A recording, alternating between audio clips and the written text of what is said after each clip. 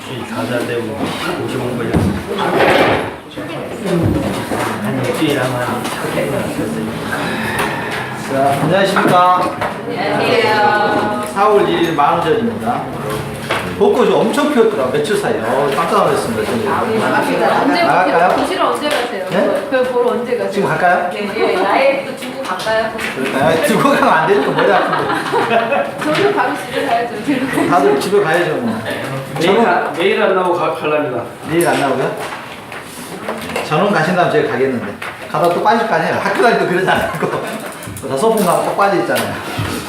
4월 13일이 민법이 아니라 공법이. 아, 공법이더라고요? 네. 그래서 어쩐다고요? 그래서 쉬자고요? 네, 어떻게 해요? 공법 쉬자고요? 4월 13일 저도 봤더니 민법이 아니더라고요. 야간반하고 합반할까 생각 중에 있는데. 진도 많이 못 나갔죠? 자, 몇 쪽입니까? 지난 시간에 저희가 네? 179쪽. 아, 여기요. 오늘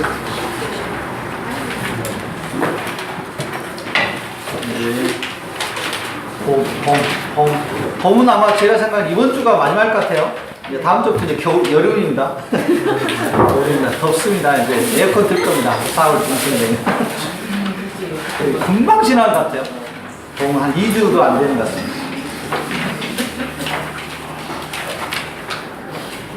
제가 그건 저기 건너편에 있어서 아쉽긴 해요. 제가 여기 6, 7년 전부터 한 8년 되는 것 같아요. 순천 저기인데 저도 이렇게 거의 반 순천 사람이 되어가는 것 같은데 어떤 지역에 다니기 시작하니까 그렇게 되네요. 2년이 돼서 지나갈 때마다 효상골 때 가거든요. 근데 그냥 지나가 보잖아요. 언젠가는 한번 뚝방길 쭉 걸어보고 싶다 이런 생각을 했었는데 벚꽃이 필 때 보면 정말로 굉장히 풍치가 좋더라고요. 풍림 무슨 동이라는 거예요? 무슨 축제라 하던데? 풍덕동인가요? 예, 풍덕동. 네, 거기 뭐 풍덕동 벚꽃 축제인가요? 축제 이름이? 그러니 축제는 없는데. 축제는 없고 바로 야간에 이제 노래 경고셔도 그것뿐만 쓰잖아요. 아, 그래 축제로 하고 된 것 같은데? 안 돼서 풍덕동 축제. 그래서 저희가 이제 오전반, 아침반 좀 일찍 오신 분들은 이제 아침에 오실만 하잖아요. 다시 춥지도 않고. 그래서 지금 오전에 하고 있는데요. 지금 4월, 5월, 아마 6월, 7월까지는 거의 매일 할 겁니다. 시간적인 여유가 되면은 혹시 나오셔서 다른 과정도 지금 여러분들과 같이 해서 이제 벌써 처음 오신 분들은 좀 당황하시겠지만 1월달 오신 분들은 4월까지 되시면 이번달 되시면 2번 정도 하신 거니까 이제 부족한 부분 좀 체크해서 점수를 좀 올려야 될 시기거든요. 그래서 4월달에, 1월달에 오신 분들은 한 5월달에서 50점대를 좀 목표를 해보고 있습니다. 그리고 그 뒤에 오신 분들은 한 6, 7월달에 가신다면 뭐 무난하지 않겠느냐 생각합니다. 그리고 그 지금 보니까 굉장히 도저 공부하신 분들이 저희 학원에서 걱정되게 공부하신 분이 한 두세 밖에 없는데 다들 잘하시는 것 같습니다. 아마 합격률 여러분들 생각 이상으로 많이 나오실 것 같습니다. 제가 딱 2분 정도 걱정했는데 안 나오십니다. 자, 상담해보면 딱 그날 느낌이 오죠? 내 같은 사람 워낙 이런 자격증을 많이 해봤고 또 합격을 많이 시켜봤기 때문에 몇 점까지다 이 정도다 이분은 몇 점이다 이분은 안 나오셔도 되는데 학원 괜히 다니신다 이런 분들이 계시는데 딱 보면 저희들이 압니다. 예전에 그 유행했는데 딱 보면 압니다. 자, 지난 시간에 저희들이 그 178페이지 여기까지 했는 것 같습니다. 178페이지에 이건 도표 나오면 시험에 무조건 나옵니다. 그리고 자, 그 마지막으로 다음 주 정도에서 저희가 그 기출문제 아마 가져다가 여러분한테 대표할 거고요. 5월부터 강의가 들어갈 거고요. 그 다음에 빠지신 분들은 제 오전에 아침에 빨리 와서 기출문제 같이 풀어보도록 하겠습니다. 기출문제를 한 5번에서 10번 푸시면 할 겁니다. 과목별로. 자, 178페이지 보시면 이 문제는 반드시 출제가 된다 보여지고요. 지난번에 말씀드렸듯이 26회 시험에서 토지가 나왔으니까 이번 시험에서는 비주거용 건축물과 주거용 건축물의 차이점에 대해서 여러분들이 체크하시기 바랍니다. 저희들이 태권도 입감비 거치 이렇게 했죠. 첫 번째 주의할 건 기본 확인 사항이 있고, 그다음 세부 확인 사항이 있다는 거죠. 세부 확인 사항. 세부 확인 사항에는 실내 벽판이라고 해봤었고요. 기본 확인 사항에서는 태권도, 입관비, 거치. 조금 까다롭게 출제한다면 입지 조건, 입지 조건에서 주거용 건축물 입지 조건과 비주거용 건축물 입지 조건, 도대체 판교가 어디에 있느냐 여기에서 도대차 판교는 주거용 건축물인데 비주거용은 판교가 없다는 거 주의하시기 바랍니다. 자, 179페이지 불이행에 대한 제재 보시겠습니다. 개업공인중개사의 업무정지입니다. 업무정지는 개업공인중개사에게만 해당이 됩니다. 다시 한번 확인하고 가죠. 개업공인중개사를 할 수 있는 사람들 누구 있습니까? 법인, 오케이, 법인 또 개업공인중개사 우리 또 부칙 6-2 이게 세 분이 개업공인중개사 할 수 있는 거죠? 현재 개업공인중개사 업무정지. 그 사람들에게는 업무정지가 가능하고요. 개업공인중개사 거래가 성사된 경우에 중개대상물 확인설명서, 확인설명서의 동그라미, 확인설명서에 참 뭔가를 안 했다 하지 마. 이거 하겠습니다. 죄송합니다. 미안합니다. 하겠습니다. 아무리 바꿔도 합니다. 자, 내일이 시험 날에도 합니다. 내일이 시험 날에도 읽고 가겠습니다. 자, 1조 목적입니다. 제가 먼저 읽고 같이 따라가고 먼저 여러분 같이 읽겠습니다. 자, 여러분들 1조 한번 읽어보시기 바랍니다. 1조 별로 안 좋네. 아, 그래요? 2장. 2장이요? 먼저. 공부 열심히 해서 잘하자고 싶어요. 아직 다 넣고 다녔어. 엄청. 왜 다른 걸 갖고 왔어?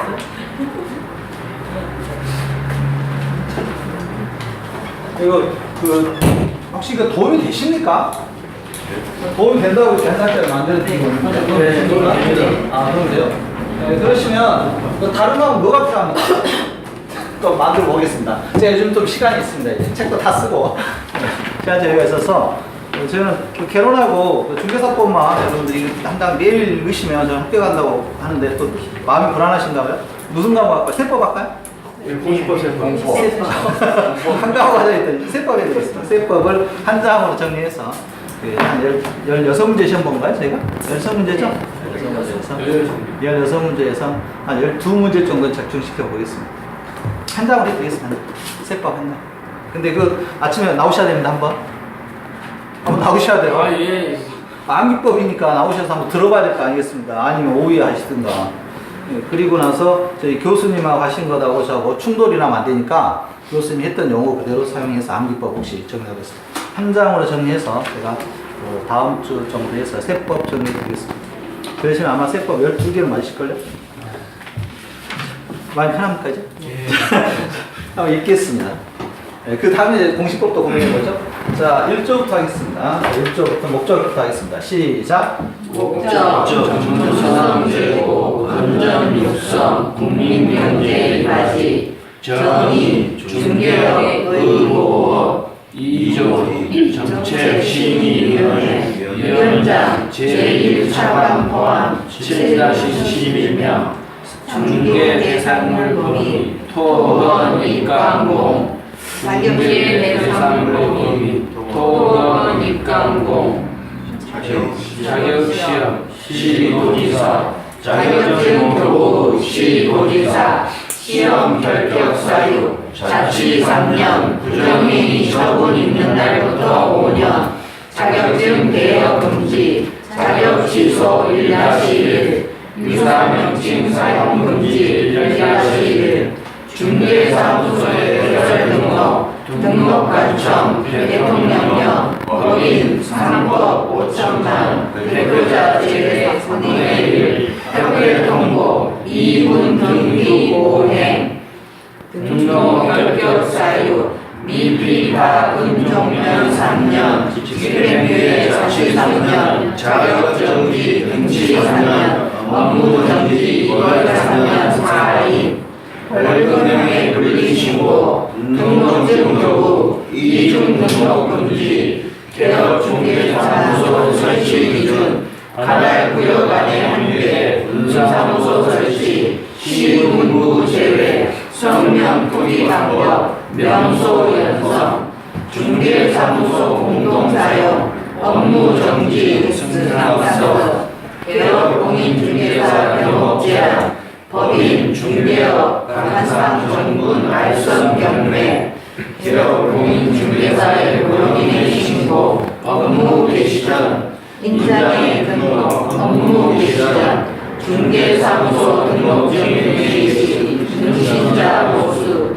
명칭 중개 대상물의 표시 광고 중개사무소 등록증 개요 등의 금지 중개사무소의 이전 11일 내에 휴업 대여 신고 3월 초과 6월 초과 간판 대여 철거 2배치 일반 중개계약 물가 수준 전속 중개계약 부동산 거래 전공한 본원 일반 신문 기부원 공법 수령 1도 거지 3개월 3년 보존 500만원 받대로 서식 사용 2주일에 1회 소송 금지 수수료 50% 범위에 부동산 거래 전공함의 지원 및 이용 국장 지정 30일에 교정 4월 이내 승인 지정 후 1년 이내 설치 지체 없이 523시 지정 취소 거운정사 1 중개 대상물의 확인 설명 중개 완성 및 이전 서명 및 날인 사원 3년 보존 기부원 공법 수령 1도 세율 보수 공통 대권 거치수 수거용 대권도 입감비 거치 실내 관수 소유자 등의 확인 거래 계약서 작성 인표 인권 금일 조기 활약 기본 윤리 비밀 준수 손해배상 책임의 보장 공탁 3년 계약금 등에 관한 채무 이행의 보장 중개 보수 거래 대응 지급 완료된 날 주택 0.9% 매매 0.8% 임대차 5천 미만 월세세 실시 오피스텔 매매 교환 0.5% 임대차 0.4% 금지행위 내알수 없는 상위 2 개업 공인중개사의 교육 실무교육 28에서 32 연수교육 2년 2개월 12달서 신용 직무교육 3달서 개업 공인중개사 등에 대한 교육비 지원 자격의 취소 자격의 정지 감독상의 명령 절대적 등록의 취소 사후 결격 이등 소양 업자 체의 업무의 정지 자료 제공의 요청 행정제재 처분과의 관계 승계 협회의 설립 법인 인가 설립 등기 지부 지에 둘 수 있다 600, 300, 120 지체 없이 공제사업 공제소수인의 100분의 실시 재무 건전성 기준 100분의 계획 운영위원회 분과 19명 이내 조사 또는 검사 공제사 운영의 개선 명령 공제사업의 양도 임원에 대한 제재 재무 건전성 유지 민법의 준용 사단법인 지도감독 국장 업무 위탁 국장 지시조사 등록 과정 보상금 무등록 부정등록 양도되어 건당당 50만원 이건죄 수수료 벌칙 3-2 무음상이 49조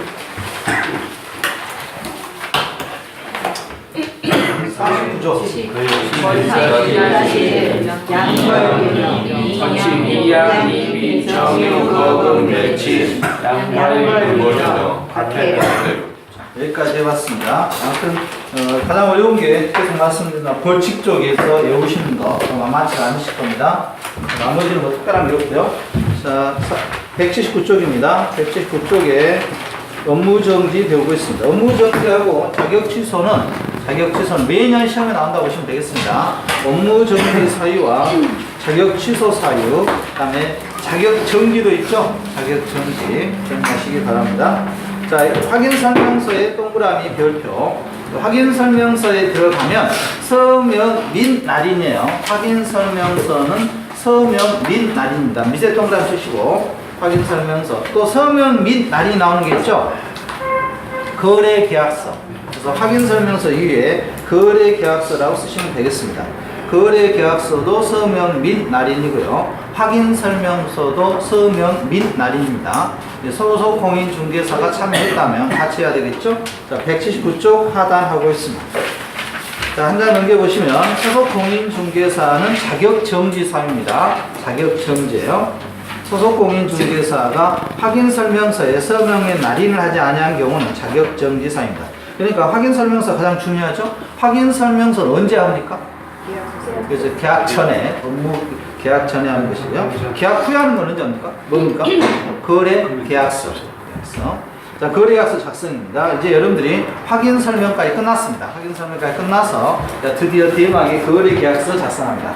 네, 가장 기억이 오래 남는 게 첫 번째 거래 계약서 작성하는 게 기억이 오래 남는다고 했더라고요. 공인중개사 하시는 분들. 그래서 여러분들 내년에 떨지 마시고요. 첫 거래 하실 때 굉장히 상대방 모르잖아요.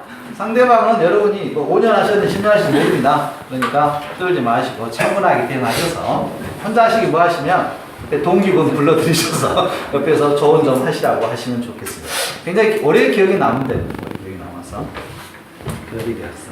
어떤 분들은 뭐 3개월 만에 하신 분들, 6개월 만에 하신 분들 뭐 그렇다고 농담처럼 들으시는데요. 보통 6개월 버티기가 굉장히 힘드신 것 같아요. 6개월 정도 사무실 운영하시는 것이 우리가 그 어려운 과정을 취득해서 이걸 왜 했나 이런 회의가 많이 들으시는데 6개월만 넘은 순간 기적이 일어난답니다. 실제로 6개월이 넘으시면 이제 고객들이 찾아오시기 시작하고 그 사람이라는 게 그런 것 같아요.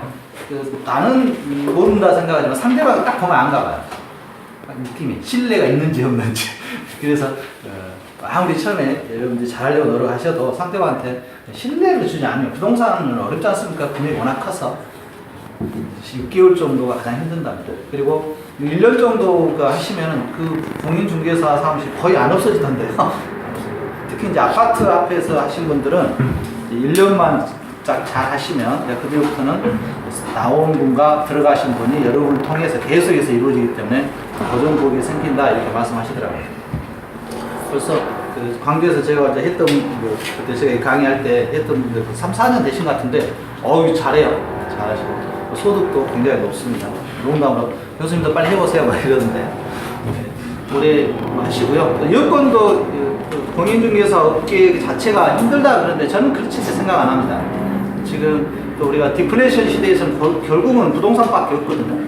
저희가 투자처라든가 또 삶의 목적에서도 어차피 연결돼야 된다 하면 저 인플레이션 시대에 살지는 않는 건 확실하니까 디플레이션 시대에 저희가 살고 있는데 이 디플레이션에서 살아남는 방법과 인플레이션 살아남는 건 완전히 다르지 않습니까? 그래서 공인중개사는 디플레이션 살아남는데 첫 번째 전문가로서 디플레이션 시대에서는 전문가만 살아남습니다. 없죠. 무슨 전문가 됐든 전문가적이고요. 또 그 다음에 사회에서 자산을 가장 우리나라에 아직까지 공인중개사 쪽이 여유가 있는 게 전체 지금 50대 60대 이상의 전체 국민들의 자산 구성을 보시면 3억 카리만큼 부동산에 개인적으로는요. 부동산의 약 87% 이상이 부동산에 몰려있죠. 지금 현재. 그래서 이 부동산은 어찌됐든 거래가 이루어질 겁니다. 어떤 형태로든 간에 이 부동산이 줄어들어야 되는데 적은 거죠. 지금 미국 같은 경우는 전체 금융자산의 한 40% 정도가 40% 50%가 금융자산에 이렇게 돼 있는데 저희는 부동산 다있고요. 일본보다도 저희가 더 심각하잖아요. 근데 일본보다 저희가 낫다고 생각하는 것은 일본 같은 경우는 90년대 80년대 호황기 때 90년을 대비하면서 투자를 안 해봤어요. 투자라는 개념이 일본 국민들한테는 없습니다. 아예 없습니다. 50대 60대들한테는. 그래서 오로지 저축만 또 그럴 수밖에 없었죠. 일본 경제 상황이.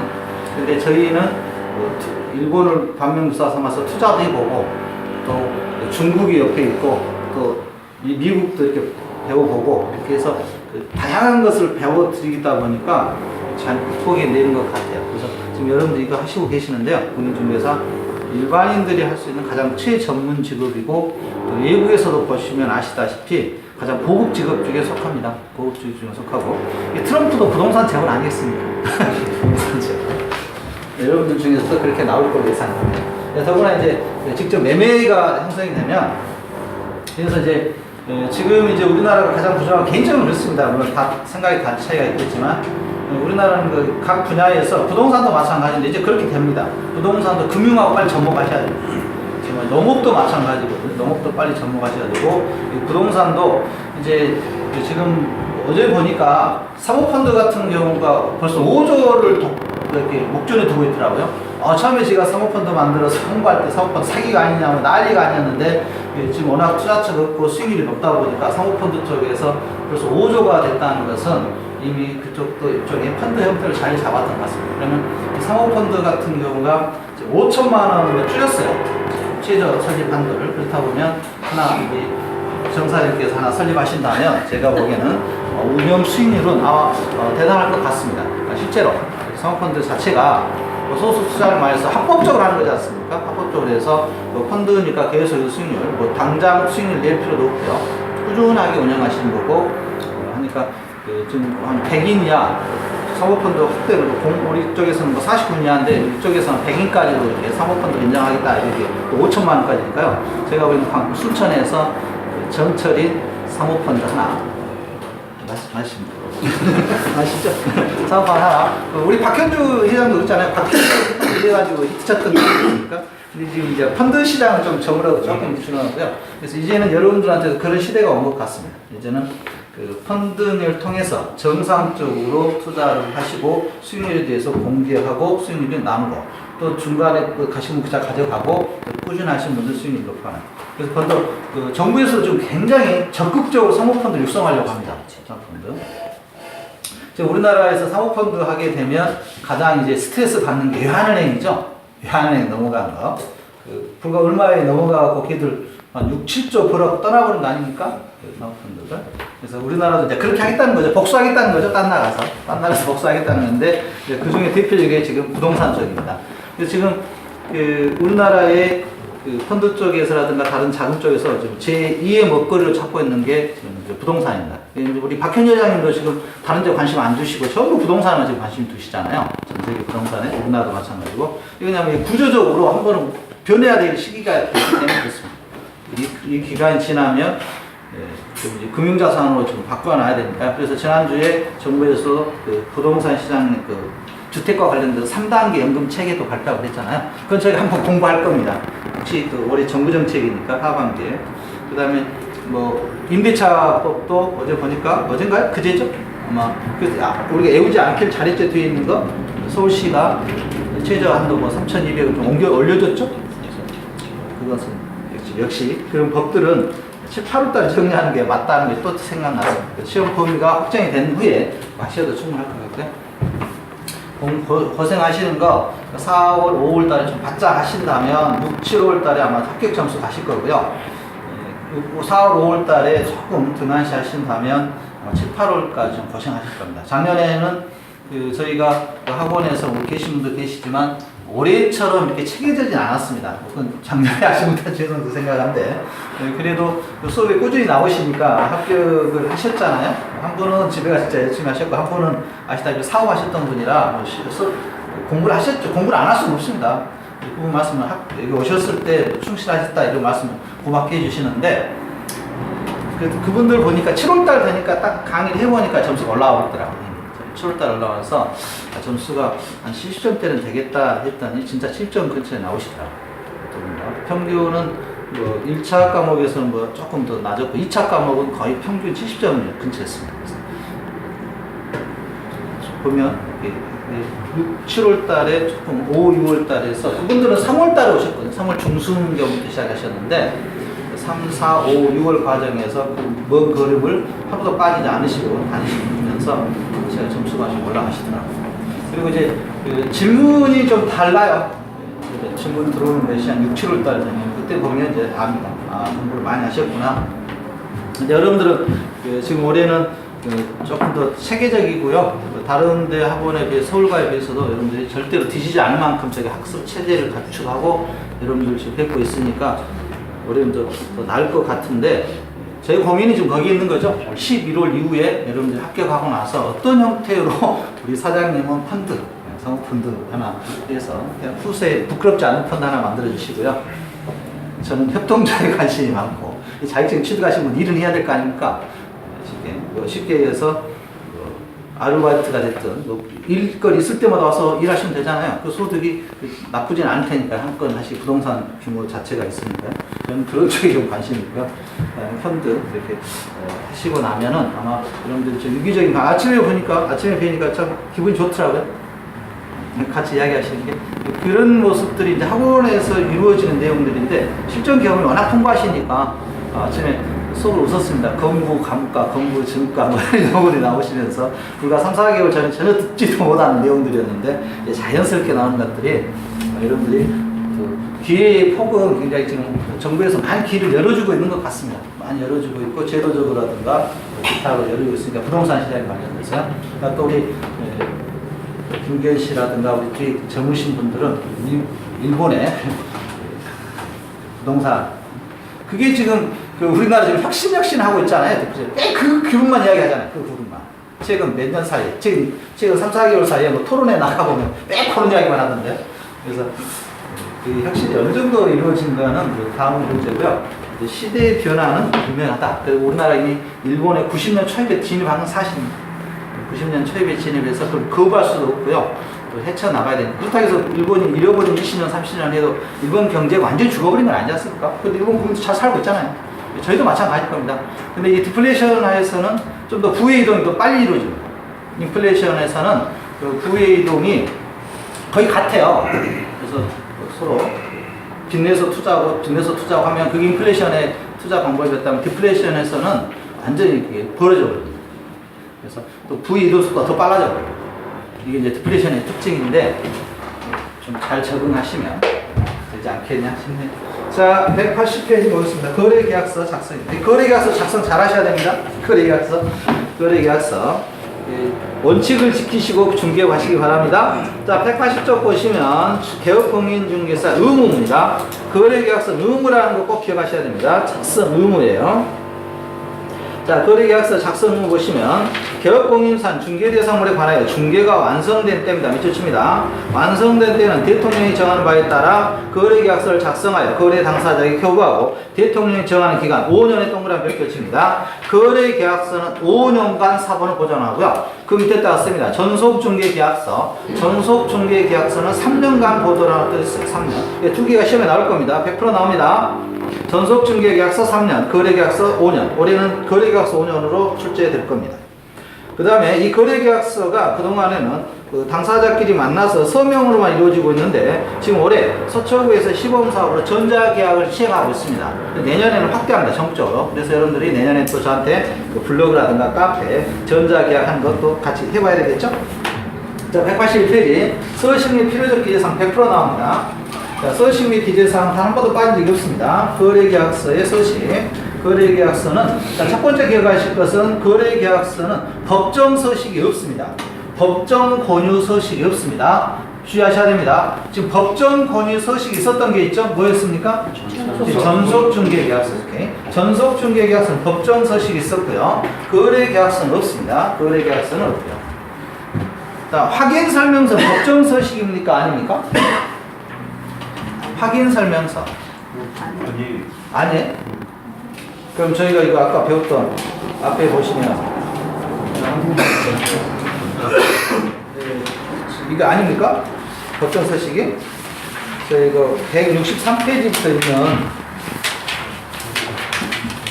이건 좀 서식 아닙니까? 법정 서식? 163페이지에 있는 중개대상호 확인설명서 또 보면 이건 법정 서식? 그죠? 서식이죠? 이건 서식입니다. 중개대상 확인설명서 이게 없다면 여러분들 다 그려가고 가셔야 되잖아요. 그래서 이것은 약간의 법정 서식이다 보시면 되겠고요. 전속중개계약서는 법정 서식이고요. 거래계약서는 법정 서식이 없습니다. 이런 서식이 없고 여러분이 알아서 적으셔야 되는데 표준 서식은 있는 것 같아요. 표준 서식은 있는데 지금 교재는 없죠. 표준 서식이 없습니다. 근데 여러분 실무를 하시면 표준 서식이 있는 것 같아요. 있죠? 사장님? 네, 있다고 합니다. 그것이 들어가 나옵니다. 네, 다 있습니다. 그래서 표준 서식이 있는데 그 표준 서식을 많이 사용하지 않으시고 여러분들이 직접 작성하신다면 이 내용은 반드시 포함하랍니다. 다음으로 2번에 거래계약서의 필요적 기재사항 별표 몇 개 치세요. 3개 정도 치시고요. 이게 외우셔야 됩니다.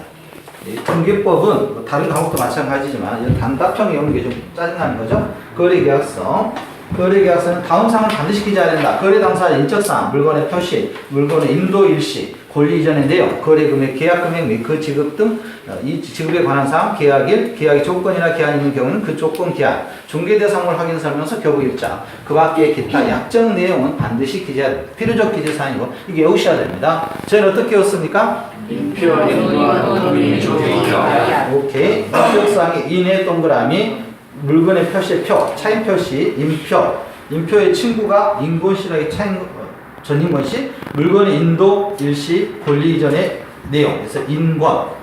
그 다음에 두 사람이 오늘 만났다 그러죠. 금일, 조기 축구에서 서로 확약했다, 약속을 했다 이런 내용. 인표, 인권, 금일, 조기, 확약. 이건 거래계약서의 필요적 기재사항입니다. 그 다음에 거래계약서는 한가로 3번에 거래계약서 서명 및 날인 의미에 미세 동그라미 칩니다. 거래계약서 서명 및 날인 의미에 밑에 동그라미 치시고요. 거래계약서는 서명 및 날인 의미고요. 개업공인중개사뿐만 아니라 만약 소속공인중개사가 참여했다면 소속공인중개사 플러스 누가 해야 됩니까? 개업공인중개사. 소공, 개공 해야 됩니다. 일단 넘겨보겠습니다. 그래서 동그라미 2번에 이쪽 쭉 치겠습니다. 중개법인의 경우에는 법인의 대표자와 업무를 담당한 소속공인중개사가 함께 동그라미 서명 밑입니다. 여러분 시험에서 나중에 밑 아니면 또는이 나와요. 그래서 그 확은 밑이다. 그 확이 거래계약서와 확인설명서는 서명 및 뭐라고요? 날인. 서명도 하고 도장도 찍어라 이겁니다. 그러나 다른 것은 다 또는이에요. 또는이니까 둘 중 하나만 하라 이거죠. 근데 밑은 뭡니까? 둘 다 하라 이거죠. 둘 다 하라 이겁니다. 분사무소도 마찬가지입니다. 법인의 분사무소의 경우에는 분사무소는 책임자 업무를 담당한 소속 공인중개사가 함께 서명 및 날인하고요. 거래계약서 교부 보존 의무 있습니다. 5년간 보존한다겠죠. 5년간에 동그라미 치시고요. 5년. 거짓계약서, 이중계약서 작성 금지입니다. 이거 다운계약서라고도 하죠. 여러분들이 많이. 거래공인사가 거래계약서를 작성한 때에는 거래 금액 등의 거짓 내용, 거래 내용을 거짓으로 기재하거나 서로 다른 둘 이상의 거래계약서를 작성하는 것은 안 된다. 이거요. 만약에 여러분들이 이중계약서, 거짓계약서를 작성했다는 2개 이상의 등록 취소 사유가 될 수도 있으며 업무 정지 처분이 될 수도 있습니다. 위반시 체제, 등록 취소 사유가 될 수도 있고 업무 정지 취소 사유가 있는데 여러분들 또 하나 어려운 게 상대적 등록 취소 사유하고 절대적 등록 취소 사유 어렵죠? 이거 반드시 구분하셔야 됩니다. 상대적 등록 취소 사유와 절대적 등록 취소 사유. 절대적 등록 취소 사유가 어떻게 였습니까? 우리가 어떻게요?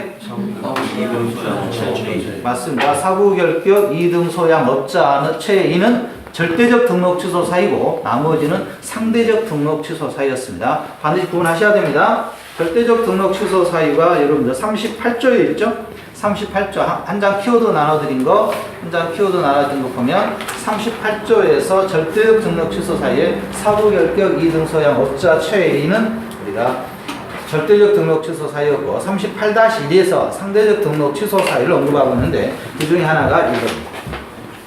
위반시 체제에 개업공인사에는 업무정지 사유가 되겠고요. 업무정지. 개업공인사가 거래계약서를 작성 교부하지 아니하거나 5년간 보존하지 아니한 경우는 업무정지 사유에 해당되며 또한 거래계약서에 서명 및 날인을 하지 아니한 경우에도 업무정지 사유에 해당된다 되고요. 소속공인중개사의 자격정지에 밑줄칩니다. 소속공인중개사에게는 자격정지고요. 개업공인사는 업무정지. 둘이 바뀌어놉니다. 시험 문제가. 소공은 개업을 안 했잖아요. 그러니까 자격만 정지당합니다. 자격만 정지당하고요. 자, 한 장 넘겨보시면 행정행물 주위에 있죠. 주위에 행정행물 보시면 개업공인사나 소속공인사 거래 내용을 거짓으로 기재하거나 서로 다른 둘 이상의 거래계약서, 다운계약서라고 일명 말하죠. 이것을 작성한 경우에는 행정행물에서 1년 이하의 징역 또는 1천만 원 이하의 벌금형에 해당되지 아니한다. 이렇게 돼 있죠. 이것은 거기 1-1이 해당되지 않는다는 거죠. 1-1 해당되지 않고 과태료 사항인가요? 이게 그러면 나중에 500만 원인가요? 과태료. 자, 예치제도 보겠습니다. 예치제도 한번 확인해 볼까요? 네, 한번 확인해 보죠. 행정처분해 보시면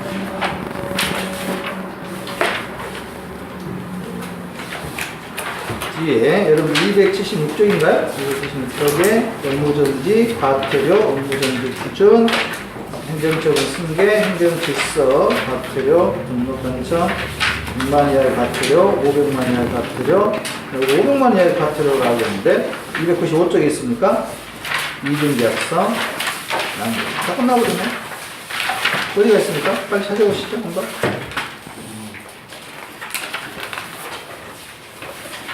1-1에 해당되지 않으면 1-1은 없어야 됐잖아. 1-1은 295쪽에 있는데 1-1은 295쪽에 있는데 1-1은 아닌 것 같고요. 그러면 이게 과태료인데 제가 알기로 500만 원을 알고 있습니다. 다운계약서.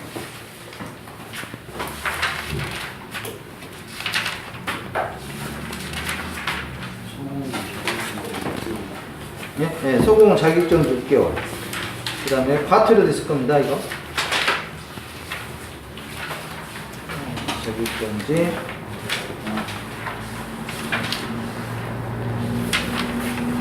못 찾겠습니까? 나중에 찾을까요? 다음 주에 해야 되겠습니다. 제가 이거 과태료 500만원 모아놓겠습니다. 500만원, 그때 시도일사, 설명 위반 500만원인데 290쪽이 없네요. 등록관점. 여기에서 연수교육, 교육금으로 100만원 이하 과태료, 그렇고 이런 식으로 이중 있는데 못 찾겠습니다. 이중 궁금하긴 한데 갑자기 이중 없죠? 못 찾겠죠? 됐어요? 나중에 한번 찾아보겠습니다.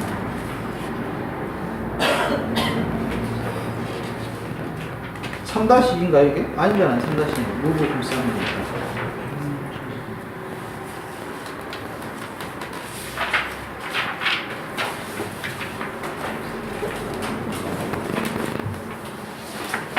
알겠습니다. 자, 자격 정지까지 봤고요. 자, 이중 방금 말씀드린 것처럼 2일 이상 거래 계약서, 이중 계약서에 대해서는 여기서 교재에서 1-1이 아니니까 이제 찾아보도록 하겠습니다. 찾아봐서 다음 시간에 알려드리겠습니다. 자, 예치 제도입니다. 이 예치 제도는 에스크로 계정이라고 해서 이런 이제 매수자와 매도자 사이에 금전적인 거래와 관련해서 거래 내용에 대해서 금융기관이 예치하고 거래가 완성된 후에 찾아가는 이런 구조로 되어 있는데, 여러분 인터넷에서 물건 사실 때 생각하시면 되겠습니다. 인터넷에서. 그래서 183쪽에 에스크로 계정 하단에 있죠? 맨 밑에 부동산에 대하여 매매계약이 체결된 경우에 통상적으로 매수인은 계약금과 중도금이 잔금을 지급하고 등기를 이전받게 되는데, 시간적으로 계약금과 중도금, 잔금이 소유권 이전 등기보다 먼저 지급이 되며 현실적으로 소유권 이전 등기가 될 때까지는 적지 않은 시간이 소요된다. 그러므로 대금을 먼저 지급하게 되는 매수인 쪽은 항상 불안한 지위에 놓이게 되며, 또한 매도인의 이중매매 등의 위험성도 고스란히 떠안게 된다. 이러한 불안감과 위험성을 방지하기 위하여 에스크로 계정 밑줄칩니다. 에스크로. 이게 지금 정부에서 의무화시키겠다는 겁니다. 지금 현재. 에스크로 제도가 있는데 그 일부 기능에서 공인중개사법에서는 계약금 등을 예치하는 제도가 2000년 공인중개사법에서 시행을 하고 있는데, 좀 더 이걸 강화하겠다는 게 지금 정부 정책입니다. 개업공인에서 예치 공고 보시면, 개업공인중개사는 거래의 안전을 보장하기 위하여 필요하다고 인정하는 경우에는 거래계약의 이행이 완료될 때까지 계약금, 중도금 또는 잔금을 예치기간에 예치하도록 거래 당사자에게 공고할 수 있다. 주시겠습니다. 공고할 수 있다. 공고할 수 있고요. 그 다음에 의무사항은 아니라는 거, 의무사항은 아니고요. 그 다음에 동그라미 3번에 예치를 하는 경우에는 끊고, 예치 금액은 계약금, 중도금, 잔금 모두를 예치할 수 있고 합의에 따라서 일부만 예치할 수 있다. 일부에 동그라미 치겠습니다. 일부만. 시험지에서 이 문제를 전부 유치한다 이렇게 나오겠죠. 계약금 등의 예치 기간, 거래 계약 이행이 완료될 까지다 되고요. 즉 등기가 이전될 까지입니다. 거래 이행이 완료될 까지 밑줄치겠습니다. 올해는 에스크로 계정이 시험에 출제할 것 같아요. 출제할 것 같습니다. 같으니까 지금 하고 있는 겁니다. 예치 명의자 보시면 개업공인사는 개업공인중개사 또는 대통령이 정한 자의 명의로 예치하도록 거래 당사자에게 공고할 수 있는데, 그러므로 개업공인사의 자신의 명의로 예치하도록 공고할 수도 있다 이렇게 됐습니다. 개업공인사 자신의 명의로 예치를 공고할 수도 있습니다. 대통령이 정하는 자 보시면 동그라미 2번이 그동안 출제가 됐었는데요. 예치 명의자에 해당되지 않는 거 가장 간단한 문제고요. 이게 좀 법이 좀 정확하게 개정이 돼야 될 것 같으니까 또 출제가 된다면 이 부분에서 출제가 될 것 같은데요. 먼저 보시면 은행법에 따른 은행, 우체국 보험에 따른 채신관서, 보험법에 따른 보험회사, 자본시장에 따른 신탁업자, 그다음에 부동산 거래 계약 이행을 보장하기 위하여 계약금 중도금 또는 잔금의 계약 관련 서류를 관리하는 업무를 수행하는 전문회사, 이걸 지금 설치하겠다는 겁니다. 전문회사, 이게 여의치가 않으면 방금 말씀드린 그 은행법에 따른 은행에게 이 관리를 하겠다는 게 정부 지금 정책이고요. 자, 기업번 공인중개사법의 공제사업 협회에 따도 이걸 전문기관으로 두겠다. 아무튼 이거 할 것 같습니다. 근데 답은 법원이라겠죠? 법원 쓰시고 X표 치시면 되겠습니다. 법원은 예치기관이 아닙니다. 법원 예치명의자가 아니고요. 법원은 공탁기관입니다. 공탁. 그래서 법원이라고 쓰시고 X표 치시고 땡땡 치시고 공탁이라고 씁니다. 공탁. 공탁이라고 쓰시고 또 화살표 하나 해주시고 보증보험 이렇게 쓰면 되겠습니다. 보증보험. 보증보험을 그 법원에 공탁할 수도 있습니다. 근데 몇 년 이내 찰 수 없습니까? 3년. 3년을 여기까지만 기억하시면 한 문제 푸시겠네요. 그 다음에 개업공인중개사 명의로 예치하는 경우에 개업공인사 의무에 따른 별표 치겠습니다. 실제로는 이게 출제가 되어야 돼요. 양가로 4번이. 양가로 4번. 개업공인중개사 명의로 예치하는 경우도 있다고 했잖아요. 그럼 개업공인사 명의로 예치하면 개업공인사 먹고 튀어버리면 어떻게 해요? 먹 튀어버리면. 그래서 어떤 내용들이 있는지 확인해 보겠다 이겁니다. 개업공인사 명의로 예치가 되는 경우에는 개업공인사에는 다음의 의무 규정이 적용된다. 만약 이를 위반 시에는 업무정지 사유에 해당되고요. 예치금에 대한 관리 의무인 보존 의무가 있습니다. 개업공인사는 계약금 등을 자기 명의로 예치하는 경우에는 끊고 자기 소유 예치금과 분리하여 관리한다. 분리에 동그라미입니다. 통장을 별도로 관리하라 이겁니다. 혹시 그 회사에 가시면 법인통장이라고 있죠? 법인통장하고 대표자 통장하고 구분하고 있듯이 이렇게 별도로 구분하라 했는데 이게 지금 마음에 안 들어서 정부에서는 별도로 개업공인사 명의로도 안 되고 제3의 기관, 그래서 금융기관을 통해서 하겠다. 지금 이게 정책인 것 같습니다. 또한 예치된 계약금 등 거래 당사자의 동의 없이 동그라칩니다. 거래 당사자의 동의 없이 미쳐치고요. 동의 없이는 개업공인사 임의로 인출해서는 안 된다. 당연하겠죠. 당연하겠죠. 그 다음에 개업공인사의 소유재산이 아니기 때문이다. 만약 거래 당사자의 동의를 받았다면 인출이 가능한데 이 경우에는 그 동의 방법을 미리 사전에 약정을 해야 돼요. 언제 미리 뺄 것인지. 이는 동의 의사 표시에 대한 착오나 오해를 방지하기 위함이다. 예치금을 미리 인출하는 경우 왜 인출할 수도 있겠습니까? 예를 든다면 수수료를 먼저 받은 거죠. 그래서 이런다든가 여러 가지 이유가 있겠습니다만 양가로 2번 예치금에 대한 지급 보장 의무가 있습니다. 개업공인사는 계약금 등을 자기 명의로 예치하는 경우 주의하셔야 돼요. 개업공인중개사가 자기 명의로 한다고 하니까 이 개업공인사 법인도 있습니다. 법인도 있고 개업공인사 개인도 있고 지금 도래번에 있는 분도 있고요. 이 두 사람 혼용해서 생각하시면 되는데 이분들이 계약금 등을 자기 명의로 예치하는 경우에 당해 계약금 등을 거래 당사자에게 지급할 수 보장하기 위하여 예치 대상이 되는 계약금 등에 해당하는 금액을 보장하는 보증보험 공제에 가입하거나 공탁을 해야 된다. 쭉 밑줄치겠습니다. 그래서 개업공인중개사가 방금 제가 그 당사자로부터 예치해놓고 혼자 마음대로 빼가면 안 되니까 그러니까 보증보험 받겠다 이겁니다. 보증보험 받고 예치명의자의 통장에서 예치하도록 하고 있는데요. 보증보험 받고요. 공제, 공탁 세 가지가 있죠. 이는 개업공인사가 이전 등기 후에도 예치금 지급을 하지 않거나 예치금을 횡령하는 등의 거래사고를 방지하기 위해서 보증보험에 가입하는 것을 의무하고 있습니다. 또 이게 금액은 얼마인지 모르겠습니다. 지금 이게 현재 제가 금액은 얼마로 안 나온 것 같아요. 얼마에서 개업공인사는 거래 당사자에게 보증관계증서 사본을 교부하거나 관계증서에 관한 전사문서를 제공하고요. 동의 방법은 신비 등 약정 의무가 있습니다.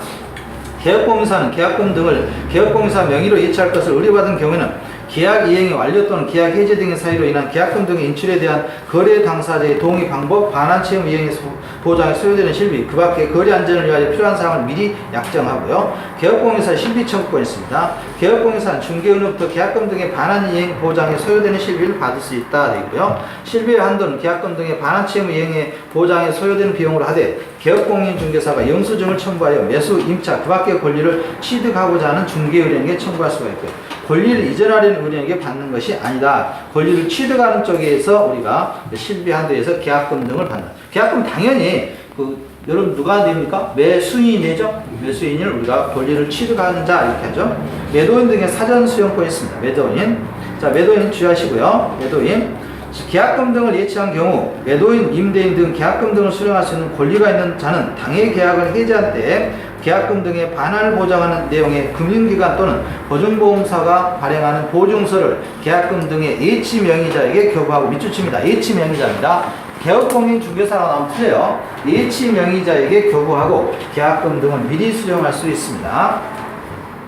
그래서 지금 현재 A은행에 예치가 되어 있다면 계약금이 500만 원 예치가 되어 있다면 500만 원에 해당되는 것을 미리 필요하다면 매도인이 보증보험을 가입해서 그 증서를 넣으면 500만 원 주겠다 이거죠. 그리고요 여기서 이제 주의하실 것이 주약건 아닌데요. 권리가 있는 자에게 당해계약을 해제라고 되어 있잖아요. 해제. 해제는 여러분 아시다시피 서구벼가 있는 거죠. 서구벼가 있고요. 그 다음에 해지는 미래에 대해서, 장래에 대해서 발생하니까 여기서 왜 해지라는 표현을 쓰신지 알겠죠? 계약금 이미 넣어놨잖아요. 통장에. 이미 넣어놨으니까 그것을 찾아가는 행위이기 때문에 해제라고 지금 쓰고 있습니다. 여기까지 뭐 시험이 안 날 건데요. 여기서 주의할 것은 아무튼 180페이지 상단에 있는 보증보험사가 발행하는 보증서를 계약금 등의 예치명의자가 중요합니다. 예치명의자에게 교부하고 계약금을 수령하는 거지 개업공인중개사에게 교부하고 계약금 등을 수령하는 것이 아니라는 거. 그다음에 이번에 보증서를 발행하는 보증기관, 금융기관 또는 보증보험사가 되고요. 보증기관에서는 거래계약이 해지된 경우에 매도인 등의 원상회복 차원에서 매수인 등에게 반해할 금액에 대해서 지급을 책임지게 됩니다. 3번 보증서를 예치기관에 교부하는 것이 아니라 예치명의자에게 교부하고 예치된 계약금 등을 수령할 수 있음에 주의해야 된다 이렇게 됐습니다. 그래서 예치명의자에게 교부한다는 거. 예치명의자가 누구겠습니까? 여기서 매수인이겠죠. 매수인이 예치 명의자가 되지 않겠습니까? 통상? 아니면 누가 될 수도 있겠고요.